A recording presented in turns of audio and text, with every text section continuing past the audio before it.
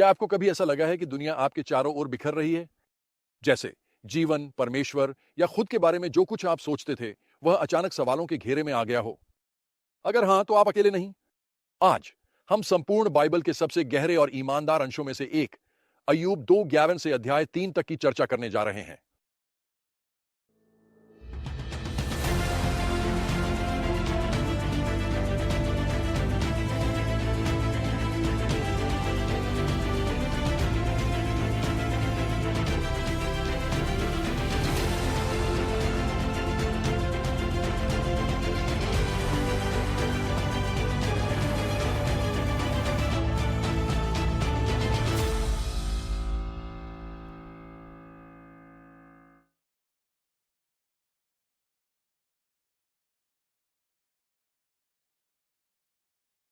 हम पहले ही देख चुके हैं कि अय्यूब ने अपना सब कुछ खो दिया, अपनी संपत्ति, अपने बच्चों और अपनी सेहत भी।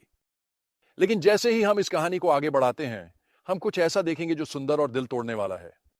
हम देखेंगे कि अय्यूब के मित्र उसके दुख पर कैसी प्रतिक्रिया देते हैं और हम अय्यूब की गहरी पीड़ा की पुकार सुनने वाले हैं। आइए अय्यूब के मित्रों से शुरू करें। अय्यूब 2:13 में हम पढ़ते हैं कि एलीफज, बिल्दद और सोपार को अय्यूब की परेशानियों के बारे में पता चला। वे सांत्वना देने के लिए यात्रा पर निकले। जो उन्होंने इसके बाद किया, वह शायद सबसे अच्छा काम था जो वे कर सकते थे। बिल्कुल ही कुछ भी नहीं।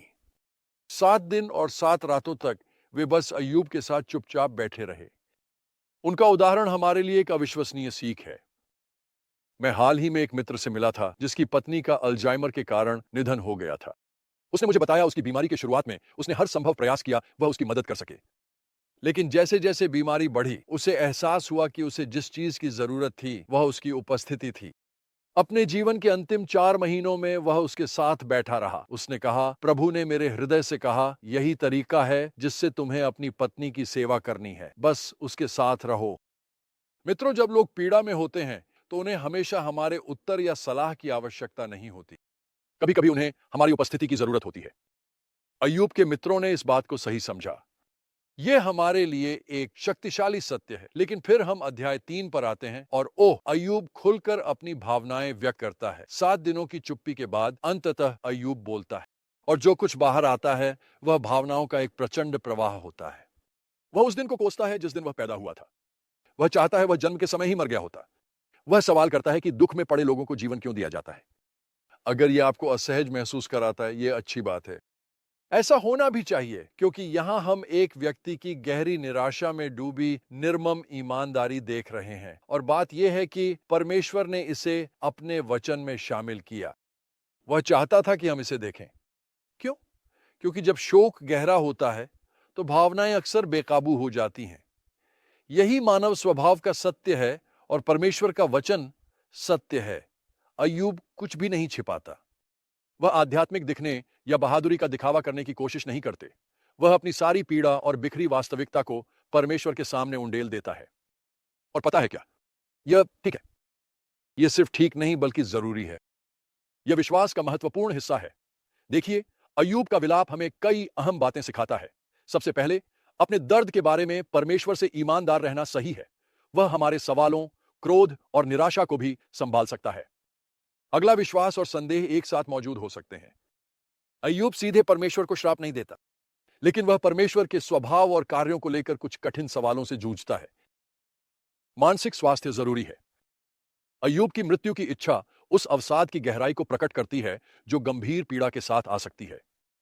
हमें इसे गंभीरता से लेना चाहिए और ऐसे दर्द से गुजरने वालों के प्रति करुणा रखनी चाहिए। कष्ट के प्रति हमारी प्रतिक्रिया समय के साथ बदल सकती है। याद है कि अय्यूब अध्याय 1 में कितना संयमित था। अब हम उसका एक अलग पक्ष देखते हैं। यह सामान्य है। विश्वास एक यात्रा है, कोई स्थिर अवस्था नहीं। अपने दर्द को परमेश्वर के सामने लाना उचित है और विश्वास का एक महत्वपूर्ण हिस्सा है। इस प्रकार का विलाप बाइबल में आम है, विशेष रूप से भजन संहिता में।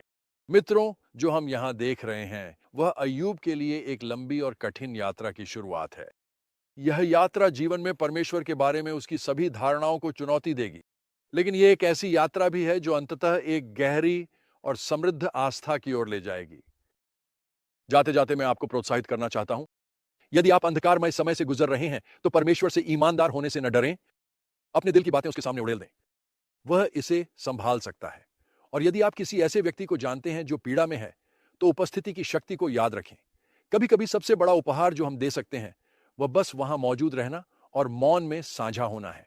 याद रखें, जिस परमेश्वर ने अय्यूब के विलाप को अपने वचन में शामिल किया, वही परमेश्वर है जो आपके अंधकारमय समय में आपके साथ चलता है।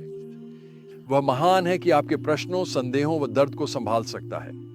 और वह इतना प्रेमपूर्ण है कि आपके साथ राख में बैठ सकता है जब तक कि भोर फिर से ना हो जाए, चाहे जितनी भी देर क्यों ना लगे।